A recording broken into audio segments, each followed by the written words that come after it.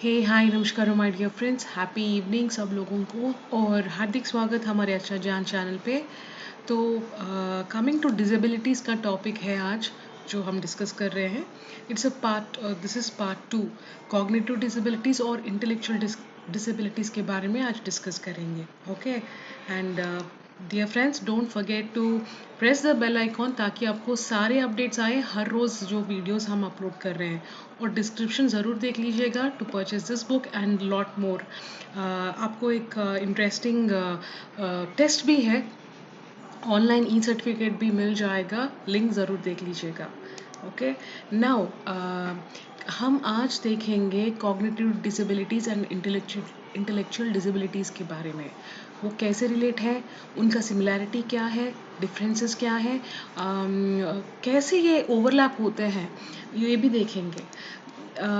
और हम हमारे पिछले क्लास में दैट इज़ इन लेसन 38 नहीं 37 वाली लेसन में वी डिस्कस्ड अबाउट इम्पेयरमेंट क्या है, डिसेबिलिटी क्या है, हैंडीकैप, डेवलपमेंट डिले क्या है, और इनके बारे में डिस्कस कर चुके हैं। Now this is a follow up lesson. तो एक स्टोरी बोलना चाहती हूँ, एक just an anecdote. Akhil and Anita दो ट्विंस हैं। Okay, Anita is a young girl who has trouble to connect simple ideas. ये लड़की जो है अनीता, उसको जो छोटे छोटे बेसिक आइडियाज़ भी उसको करेक्शन में प्रॉब्लम होती है। एज अ चाइल्ड वो क्या करती है, उसको मदर, वो पियर्स कुछ होता है ना, वो खाने वाली चीज़, वो फ्रूट को उसको कभी देखा है कि she cut a pear into pieces. But बच्ची अनीता बोल नहीं पाई वो पियर के बा और द पीसेस, वो कनेक्शन उसको नहीं हुआ। ओके, तो although she has excellent memory, her ability to understand, उसको मेमोरी अच्छी है, लेकिन उसको वो बात समझ में नहीं आए, कट करने के बाद पीसेस अलग और इसको अलग वो समझ नहीं पाई। और उसके एज के हिसाब से इज लेस देन, अगर दूसरे बच्चे उस लड़की की एज का अगर हम देखेंगे तो शी इज लेस मेमोरी, हम बोल सकते हैं लोअर देन अंडरस्टैंडिंग कैपेसिटी, जो कुछ है उसमें कम है। बट अखिल उस उनके बच्चा बहुत क्विक है ग्रास्पिंग कॉन्सेप्ट्स, वो बहुत कुछ याद कर लेता है। रूल्स ऑफ द गेम अगर आप बोलो तो सही बोल पाता है, स्मॉल स्मॉल पजल्स कर पाता है। ऑलमोस्ट उसी एज ग्रुप का बच्चा है वो। Unfortunately Akil has his own kind of problem, लेकिन इस बच्चे को भी थोड़ा प्रॉब्लम है। वो ज़्यादा फोकस नहीं कर पाता और एनी गिवन टॉपिक और सिचुएशन। अकिल बहुत जल्दी डिस्ट्रैक्ट हो जाता है in the middle of a game और lesson.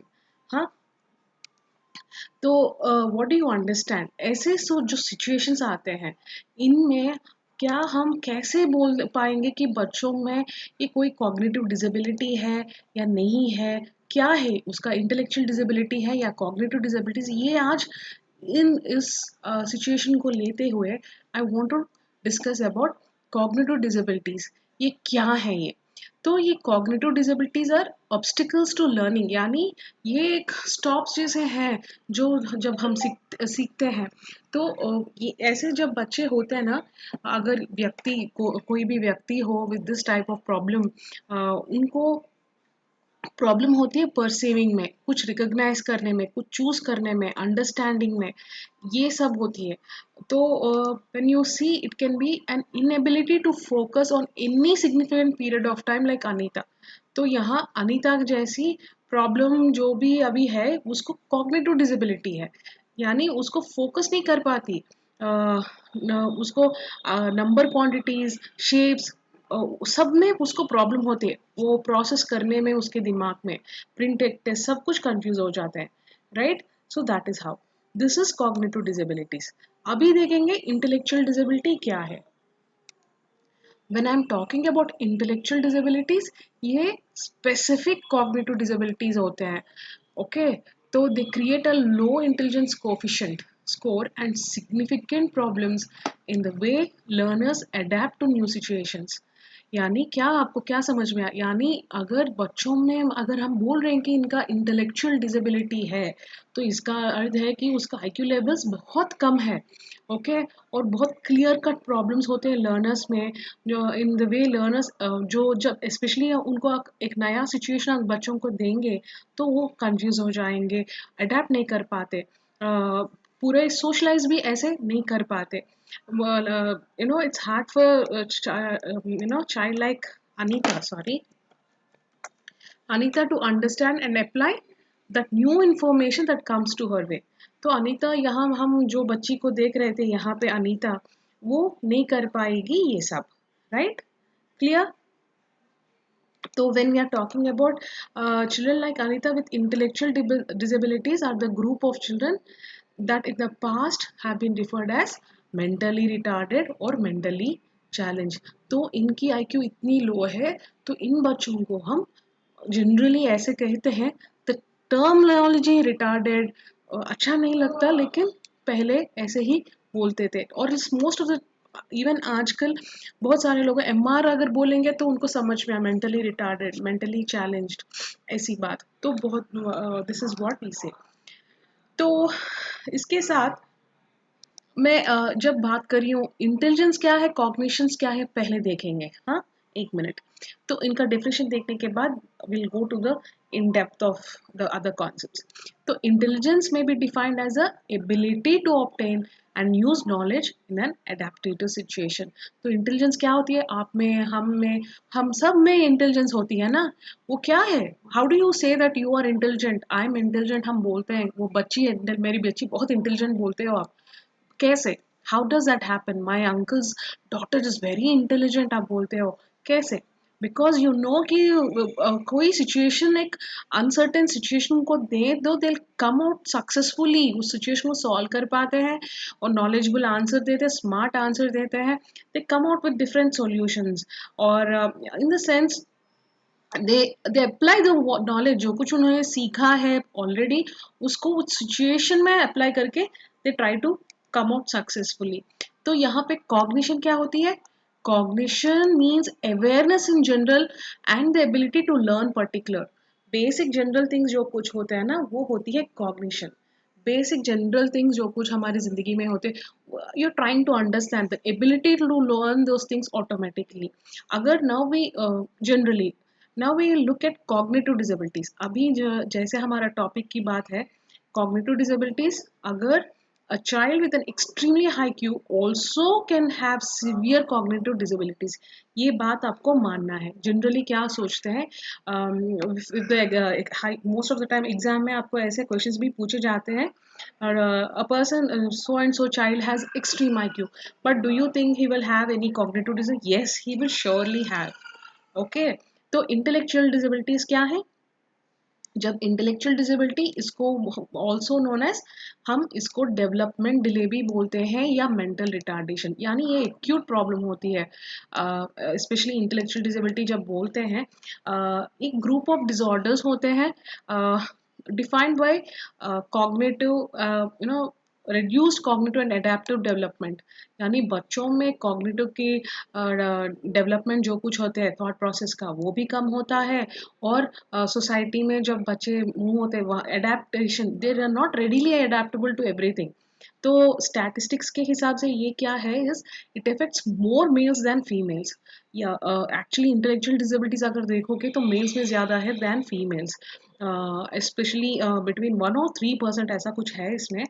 Okay, and coming to intellectual disabilities, they can be much more difficult to bypass or mitigate than other type of, agar if we say that this child has a intellectual disability, तो हम बिल्कुल बोल सकते हैं कि बहुत difficult होगी to help the child. तो the deficiency in a child's fundamental ability to understand the concept and the ability to adapt to a situation has a direct impact on every area of person care, isn't it so? तो क्या है, क्या बोल रहे हैं, जो अगर बच्चों में कोई भी डिफिशिएंसी हो, है ना, कुछ कॉन्सेप्ट समझने के लिए, कुछ सिचुएशन को अडेप्ट करने के लिए, क्या वो उनकी ज़िंदगी में ये पूरा, don't you think it's going to have a very big impact on in their life? है ना, होगा ना, इजंट इट? ज़रूर होगा। that will have its effect. That's what I meant to say. तो हमारे इन ट्रेडिशनल क्लासरूम सेटिंग क्या होता है कि no one second, let me reduce this. हाँ, in a traditional classroom setting, limited reasoning and understanding can cause difficulty in all the academic subjects. तो ऐसे बच्चों को क्या होता है, रेगुलर क्लासरूम में सेटिंग में इनको सेट नहीं होते. वो जो भी क्लास टीचर तो क्लास में टेस्ट करते हैं ना, ये सब उनको मायने नहीं रखते. It's not at all important, उनको बिल्कुल कुछ समझ में नहीं आता, और उनके कैपेबिलिटीज में नहीं होता ये सब. इंटेलेक्चुअल डिसेबिलिटीज अगर बात करना है तो experts divided this type of cognitive impairment into 4 categories. तो इंटेलेक्चुअल डिसेबिलिटी को 4 तरीके हैं. माइल्ड इंटेलेक्चुअल डिसेबिलिटी बोलते हैं, इंटेलेक्चुअल डिसेबिलिटी एक है, सिवियर इंटेलेक्चुअल डिसेबिलिटी बोलते हैं, और प्रोफाउंड दैट मीन्स एक्सट्रीम होती है ये. ओके. और रिजल्ट कैन बी, कैसा होगा रिजल्ट, वो result can be devastating to a child's development. Devastating यानी बहुत इम्पैक्ट होती है. अगर बच्चों को ऐसा इंटेलेक्चुअल डिसेबिलिटी है तो उसके पूरे ज़िंदगी में बहुत यू नो चेंज कर लेते हैं.